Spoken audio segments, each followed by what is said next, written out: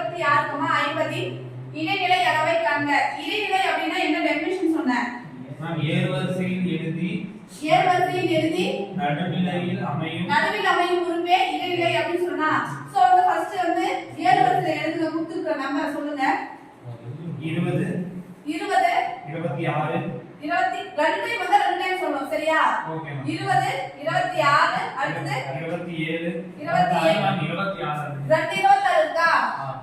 அடுத்து 27 வேற எங்க இருக்கா? இல்ல.